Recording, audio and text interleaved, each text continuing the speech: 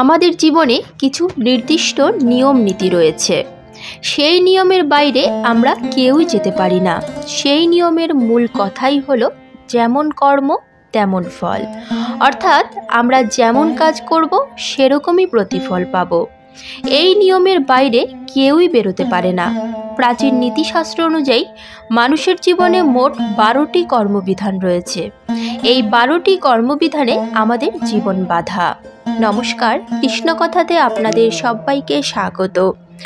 আজকের এই ভিডিও থেকে আপনারা জানতে পারবেন কেবল কৃষ্ণ নাম নিলেই হবে না, করতে হবে আমাদের সঠিক কর্ম। শাস্ত্র নির্মিত 12টি কর্মবিধান কি রয়েছে এবং আমাদের জীবনে কেমন তাদের প্রভাব, চলুন বিস্তারিত জেনে নেওয়া যাক আজকের এই ভিডিও থেকে। 1 নাম্বার, এই মহাবিশ্বে আমরা যা দেব তাই আমাদের কাছে ফিরে আসবে। অর্থাৎ আমাদের ভালো কাজের ফল যেমন আমরা ভোগ করব, তেমনি খারাপ কাজের ফল ভোগের জন্য আমাদের প্রস্তুত থাকতে হবে। 2 নাম্বার, জীবনে কিছুই নিজে থেকে ঘটে না, আমাদের তাকে ঘটাতে হয়। অর্থাৎ কোনো কিছু পেতে চাইলে তার জন্য চেষ্টা করতে হবে, উদ্যোগ নিতে হবে। জীবনে উদ্যোগী না হলে ভালো কর্মফলের আশা করা বৃথা। 3 নাম্বার, জীবনে বিনয় ও নম্রতার শিক্ষা অত্যন্ত জরুরি। উদ্ধত অবিনয়ীদের পতন অবশ্যম্ভাবী। এমনকি জীবন হোক বা সমাজ, কোনো নিয়মের পরিবর্তন চাইলে প্রথমে তা মেনে নেওয়া প্রয়োজন, তাকে জানা প্রয়োজন, তবেই বদল আনা সম্ভব। 4 নাম্বার, জীবনে পরিবর্তন চাইলে আগে নিজেকে পরিবর্তিত করতে হবে। অনেক সময় আমরা ভাবি কেন আমাদের জীবনে ভালো কিছু ঘটছে না। তখন নিজেকে প্রশ্ন করুন, ভালো কিছুর জন্য আপনি নিজে সম্পূর্ণ প্রস্তুত কিনা। নিজেকে ভালো করুন, আশেপাশের সব কিছুই ভালো লাগবে। 5 নাম্বার, আমাদের জীবনে যাই ঘটুক না কেন তার দায়িত্ব আমাদেরই নিতে হবে। জীবনে ভালো কিছু ঘটলেও যেমন তার দায়িত্ব আমাদের, তেমনি খারাপ কিছুর দায়িত্ব সম্পূর্ণভাবে আমাদেরই নিতে হবে।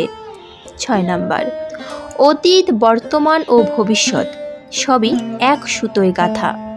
অতীত জীবনে যা ঘটেছে তার প্রভাব বর্তমান ও ভবিষ্যৎ জীবন এড়াতে পারে না। 7 নাম্বার, জীবনে যে কোনো কাজে সাফল্য পেতে হলে মনোসংযোগ অত্যন্ত জরুরি। একসঙ্গে একাধিক বিষয়ে মনোনিবেশ করলে কোনো কাজই ঠিকমতো হয় না। তাই যে কাজই করবেন সম্পূর্ণ মন দিয়ে করবেন। 8 নাম্বার, অন্যের খেয়াল রাখা জীবনের অত্যন্ত প্রয়োজনীয় একটি শিক্ষা। শুধু নিজের জন্য না বেঁচে জীবনের কিছুটা অংশ অন্যের কাজে লাগানো খুব জরুরি। আমাদের চিন্তা ভাবনা ও কাজকর্মের সঙ্গে আমাদের ব্যবহারের সামঞ্জস্য থাকতে হবে।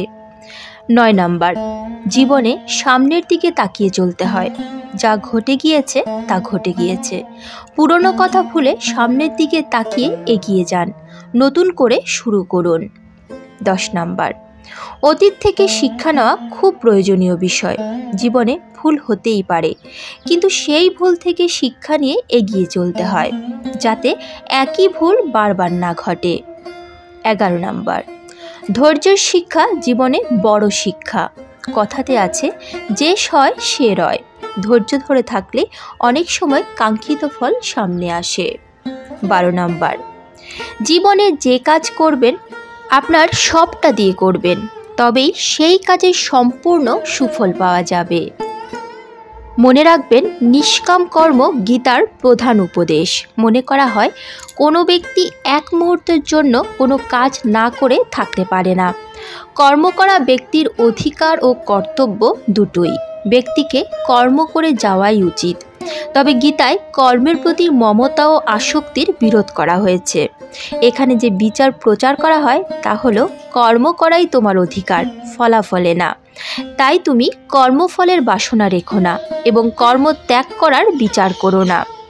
তাই আদেশ দেওয়া হয়েছে যে মা কর্মফল হেতুর্ভু, অর্থাৎ কর্মফলের প্রত্যাশা করো না, কর্মফলের বাসনায় যুক্ত থেকো না। কারণ ফলে শক্ত নিবদ্ধতে, অর্থাৎ ফলের আসক্তির ফলে কর্মবন্ধন দৃঢ় হয়।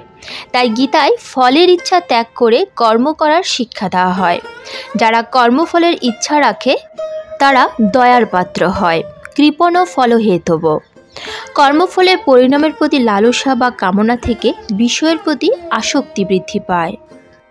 কামনার সিদ্ধিতে বিঘ্ন ঘটলে রাগ উৎপন্ন হয়। রাগের ফলে মতিভ্রষ্ট হয়, অবিবেক জন্ম নেয়। অবিবেকের ফলে স্মৃতি নাশ হয়, ভালো ও মন্দ বিচারের ক্ষমতা চলে যায় এবং ব্যক্তি নিজের জন্য শ্রেষ্ঠ বস্তু নির্বাচন করতে পারে না। এইভাবে ব্যক্তি কর্মবন্ধনে আটকে যেতে থাকে। কর্ম করার প্রক্রিয়া উদ্দেশ্য থেকে অনুপ্রাণিত হওয়া উচিত, তা কখনোই কামনা দ্বারা পরিচালিত হওয়া উচিত নয়। এবার প্রশ্ন হলো, কর্মফলের ইচ্ছা ও কামনা ছাড়া কর্মের প্রবৃত্তি কেমন হবে? ফলের আশা না করে ব্যক্তি কিভাবে কর্ম করতে পারবে?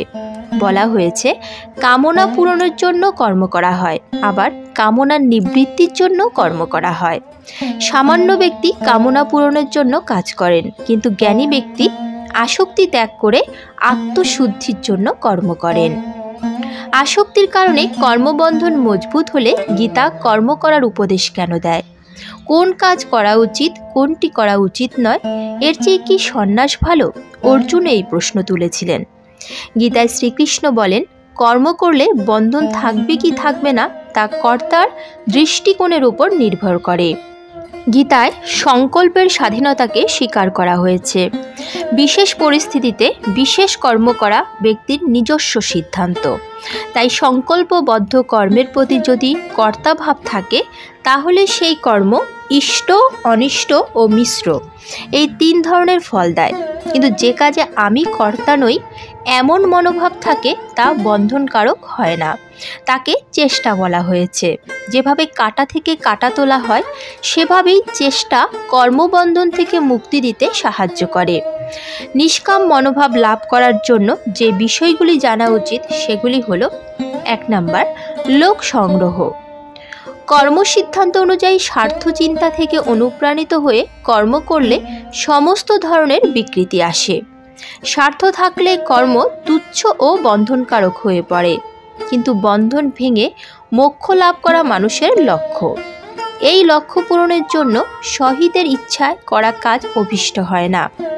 আমাদের কাছে যত বোধ, সময়, সামর্থ্য ও সামগ্রী আছে, তা দিয়েই অন্যের সেবা করলে সেই সেবা লোকহিতকারী হবে। অন্যের হিতের জন্য যে কাজ করা হয় তাকে লোক সংগ্রহ বলা হয়। গীতায় স্পষ্টভাবে বলা হয়েছে যে আসক্তি মুক্ত থেকে লোক সংগ্রহকে মাথায় রেখে কাজ করলে ব্যক্তির সংসিদ্ধি হয়। গীতায় সর্বভূত হিতকে সর্বোচ্চ আদর্শ বলে মনে করা হয়। যে ব্যক্তি সমস্ত জীবের হিতে রত, সেই ঈশ্বর বা মুক্তি লাভ করতে পারে। সর্বভূত হিতের জন্য জ্ঞানী ব্যক্তিকে অনাসক্ত থেকে কাজ করা উচিত। আসক্তি মুক্ত এবং কারণ মুক্ত হয়ে সমস্ত জীবের প্রতি অহিংসা, অক্রোধ, অদ্রোহ, করুণা, সত্য, সদ্ভাবনা, পরোপকার ইত্যাদি পালন করলে মানুষের মধ্যে দেবত্ব গুণের আগমন ঘটে। এগুলোকে গীতায় ঈশ্বরীয় সম্পদের লক্ষণ বলা হয়েছে। ঈশ্বরীয় সম্পদ দেবতুল্য পুরুষের গুণ বা ঈশ্বরীয় গুণকে বলা হয়, যার অভ্যেস করলে ব্যক্তি পরম লক্ষ্য মোক্ষ লাভ করতে পারে। 2 নম্বর হলো স্বধর্ম পালন। সামাজিক কল্যাণকে গুরুত্ব দিয়ে গীতায় স্বধর্ম পালনের উপর জোর দেওয়া হয়েছে। স্বধর্মকে বর্ণধর্ম রূপে গ্রহণ করা হয়েছে। নিজের বর্ণ অনুযায়ী কর্ম করা বর্ণধর্ম। গীতা অনুযায়ী বর্ণধর্ম ব্যক্তির উপর চাপিয়ে দেওয়া কর্ম নয়। ব্যক্তির গুণ ও কর্ম অনুযায়ী 4টি বর্ণনের রচনা করা হয়েছে। তাই স্বধর্ম বা বর্ণধর্ম ব্যক্তির স্বাভাবিক নিয়ত কর্ম। ব্রাহ্মণ, ক্ষত্রিয়, বৈশ্য, শূদ্রের বিভাজন গুণ ও কর্ম অনুযায়ী করা হয়।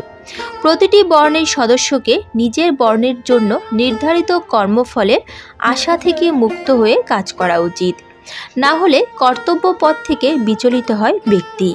স্বধর্ম পালনের মাধ্যমে মুক্তির পথ প্রশস্ত হয়। গীতা অনুযায়ী আকর্ষক পরধর্মের তুলনায় স্বধর্ম শ্রেষ্ঠ। যে ব্যক্তি স্বভাবনিয়ত কাজ করে সে পাপের ভাগীদার হয় না। গীতার আদেশ দোষযুক্ত হওয়া সত্ত্বেও সহজ কর্ম ত্যাগ করা উচিত নয়। স্বধর্ম পালন করতে গিয়ে ব্যক্তি যুদ্ধে প্রাণ হারালেও তাকে কল্যাণকারী বলে মনে করা হয়। 3 নম্বর হলো কর্ম, অকর্ম ও বিকর্ম। গীতা অনুযায়ী কর্ম ত্যাগ করাকে অকর্ম বলা হয়। স্বধর্ম বা নিয়ত কাজ করা সাধ্য লাভের জন্য প্রয়োজনীয়। নিয়ত কর্ম ত্যাগ করা অনুচিত, এমনকি সমস্ত কর্ম ত্যাগ করা সম্ভবও নয়। কর্ম করতেই হবে, আমরা শুধু কর্মফল ত্যাগ করতে পারি। তবে কিছু কর্মকে নিষিদ্ধ মনে করা হয়।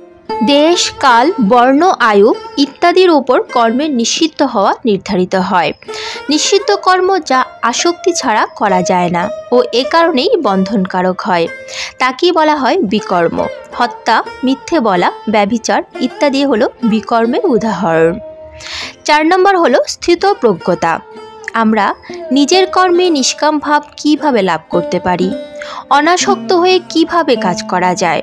নিষ্কাম কর্ম ব্যক্তির কাছ থেকে দৃঢ় মানসিক পরিস্থিতি দাবি করে। নিজের বুদ্ধি স্থির রেখেই নিষ্কাম কর্ম করা যায়। যে ব্যক্তি স্থিতপ্রজ্ঞ সে নিজের সমস্ত কামনা ত্যাগ করে আত্মতুষ্ট থাকে। যে দুঃখে উদ্বিগ্ন হয় না, সুখের জন্য লালায়িত থাকে না এবং রাগ, ভয় ও ক্রোধ থেকে দূরে থাকে, এমন ব্যক্তিকে স্থতধী বা স্থিতপ্রজ্ঞ বলা হয়। 5 নম্বর সমত্ব। স্থিতপ্রজ্ঞতা কিভাবে লাভ করা যায়? সমত্বের চিন্তাধারা থেকে ব্যক্তির বুদ্ধি স্থির থাকে। চিত্তের বৃত্তি নিরোধ করে সমত্বর চিন্তা আসে। সমত্বের দৃষ্টিতে ব্যক্তি লাভ ক্ষতি, জয় পরাজয়, সুখ দুঃখ, সিদ্ধি অসিদ্ধিকে সমান মনে করে। তাই যে কোনো কর্ম ও তার পরিণাম কর্মযোগীকে বিচলিত করতে পারে না, কারণ তার বুদ্ধি স্থির। গীতা অনুযায়ী মোক্ষলাভ জীবনের পরম লক্ষ্য। কর্মের স্বভাব বন্ধনকারক, তবে কর্ম করাও অনিবার্য। ফলের কামনা করে কর্ম করলে তা ব্যক্তিকে বন্ধনে আবদ্ধ করে। কিন্তু যে ব্যক্তি ব্যক্তিগত লাভ ক্ষতি থেকে উপরে উঠে সামাজিক ও সার্বজনীন কল্যাণের মনোভাব থেকে কর্ম করে তা মুক্তির পথ প্রশস্ত করে। তাই ফলের ইচ্ছা ছাড়া কর্ম করা উচিত। যার বুদ্ধি স্থির, যে সুখ দুঃখের ঊর্ধ্বে উঠে গিয়েছে, এমন সমত্ব দৃষ্টিসম্পন্ন ব্যক্তি প্রয়োজনীয়তা পূরণের জন্য ও জনকল্যাণের জন্য কাজ করে নিষ্কাম ভাব লাভ করে। আজকের মতো ভিডিওটি এখানেই শেষ হলো। আশা করি আপনাদের ভালো লেগেছে। যদি ভালো লেগে থাকে তাহলে অবশ্যই একটি লাইক করবেন। যদি রাধা মাধবের পরম ভক্ত হন তাহলে কমেন্টে রাধা মাধবের জয়গান করতে ভুলবেন না যেন। এ ধরনের বিভিন্ন ধর্মীয় ভিডিও পেতে এবং নিয়মিত গীতাপাঠ শুনতে চ্যানেলটিকে অবশ্যই সাবস্ক্রাইব করুন। প্রিয়জনদের সঙ্গে শেয়ার করুন যাতে তারাও উপকৃত হয়। আজ তাহলে এ পর্যন্তই, দেখা হচ্ছে পরবর্তী ভিডিওতে। ভালো থাকবেন, সুস্থ থাকবেন। জয় শ্রীকৃষ্ণ। রাধে রাধে।